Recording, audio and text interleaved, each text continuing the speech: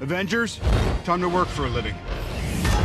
Hi everyone, I'm the Canadian Lad, and today's video is about something that happened during the final battle of Avengers Endgame. A year into this movie and we're still finding out new details almost every other week. Just goes to show how jam-packed Avengers Endgame was. So without any further ado, let me jump straight to the point. On your screen you can see two pictures of two different moments that took place in the final battle. One is when Captain Marvel tried her best to prevent Thanos from snapping, and the other is where Tony Stark lunges for the gauntlet in Thanos' hand. What do you think is common between these two pictures? Focus on the gauntlet and you'll see that it's not glowing, because the energy flowing between the Infinity Stones and Thanos is being interrupted in both scenarios. Just before Professor Hulk snapped, we can see how the Nano Gauntlet was surging with full energy from all the Infinity Stones. This is the one major difference between Tony's Nano Gauntlet and E3's Infinity Gauntlet. If we go back to the moment when Thanos acquired all 6 Infinity Stones in Infinity War, there we see the surge only lasted for a few seconds, but in case of the Nano Gauntlet, the surge doesn't stop. Once you put on the gauntlet and you close your fist, the gauntlet begins to surge with incredible amount of energy. This mostly happened because E3 made his Infinity Gauntlet with substance that isn't available on Earth, which is Uru metal, whereas Tony used his nanotech to create the Nano Gauntlet, so automatically it has lesser durability than Uru metal. In summary, the Nano Gauntlet couldn't contain the energy surging from the stones while the Infinity Gauntlet could, but nonetheless Tony did a remarkable job trying to create a device that harnesses the power of all 6 Infinity Stones. Anyway, so why am I telling you all this? It's because what I'm about to tell you, for that you must know the difference between these two gauntlets. And now that you know the major difference, why do you think the Nano Gauntlet stopped glowing when Captain Marvel was trying to hold it off? Thanos was still wearing it and it should have been surging energy, but it didn't.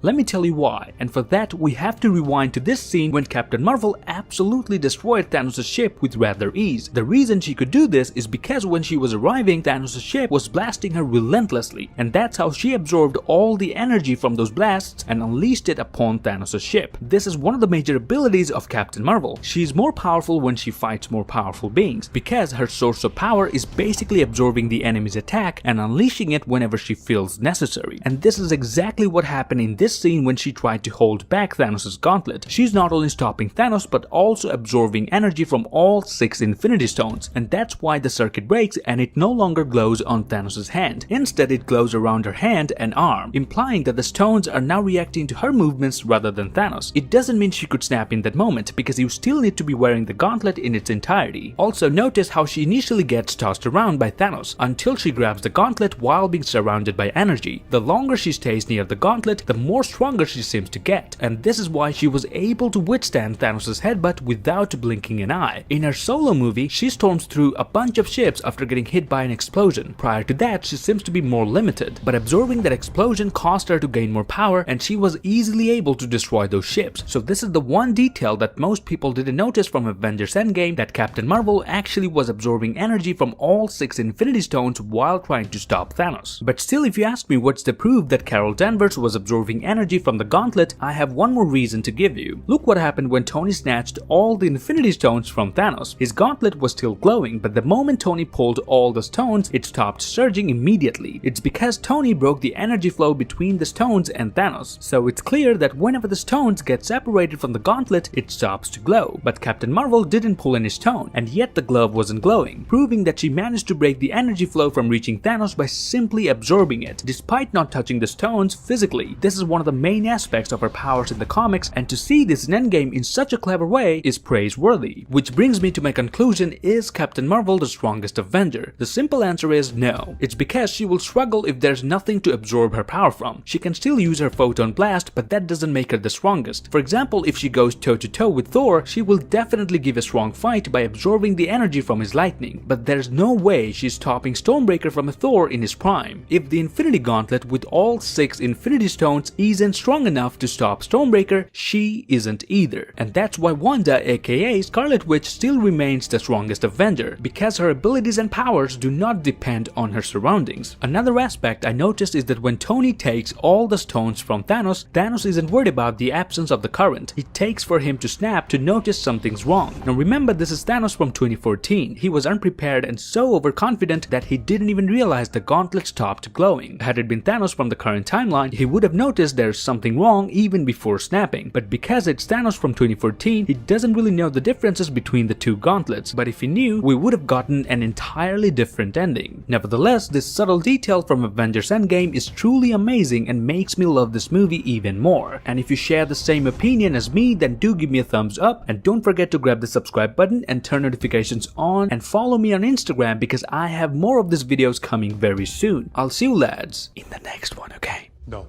you have to trust me. Kinda don't.